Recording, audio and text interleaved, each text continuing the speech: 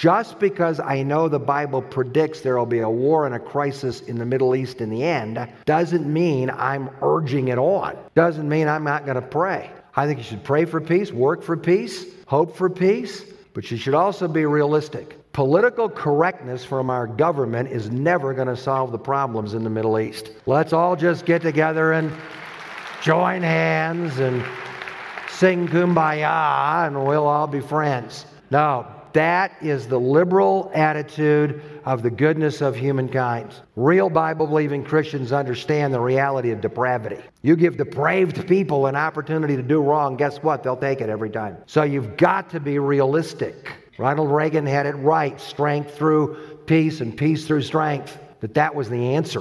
Pulling everybody, all the military out of the Middle East, is that going to keep us from having a war? No, it made it worse. And then the president turns around and says, "Oh, I never saw it coming." Yeah, there were a lot of things you never saw coming. That was just one of them.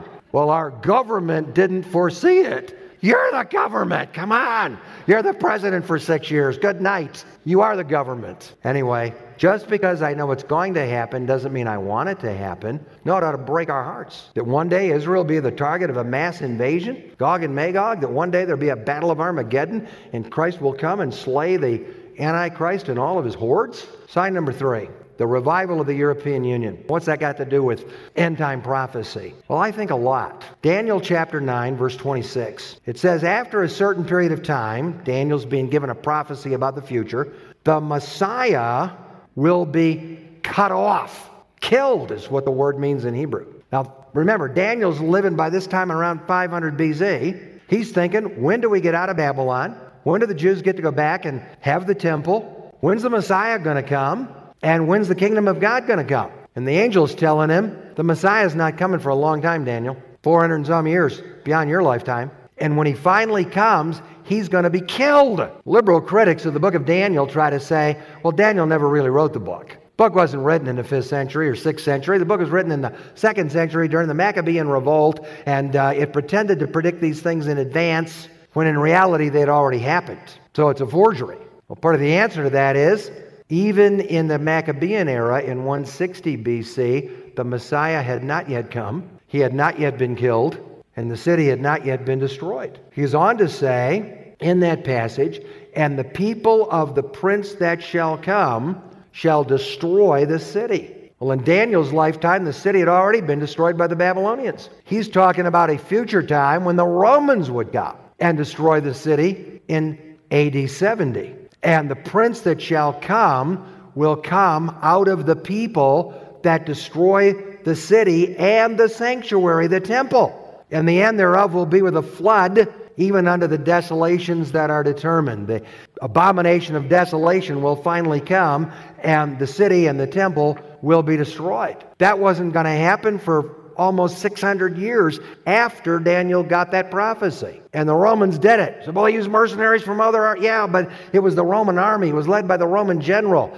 It was their political decision. They did it. So that tells me the prince that shall come in the future has to come out of the old Roman Empire. Now, I know there's difference of opinion among good people on this. I don't think you can prove for a minute that the Antichrist is a Muslim. I don't think you can prove that the Antichrist is a Jew. I don't think you can prove the Antichrist is a Christian. You say, why? Well, what does Daniel 11 say? He does not regard the gods of his fathers or any god. He's not a religious person. He's a secular person. He believes he's God ultimately. And the amazing thing to me about the European Union, even though it has its ups and downs and struggles, and that's part of the issue right now between Russia and Ukraine, they're faced off with the EU, is that the European Union has, for the last 60 years, basically put together most of the pieces of the old Roman Empire. There's still some pieces to go. And I believe the Bible makes it clear the Antichrist will come out of Europe, out of a secularized Europe, and he will be opposed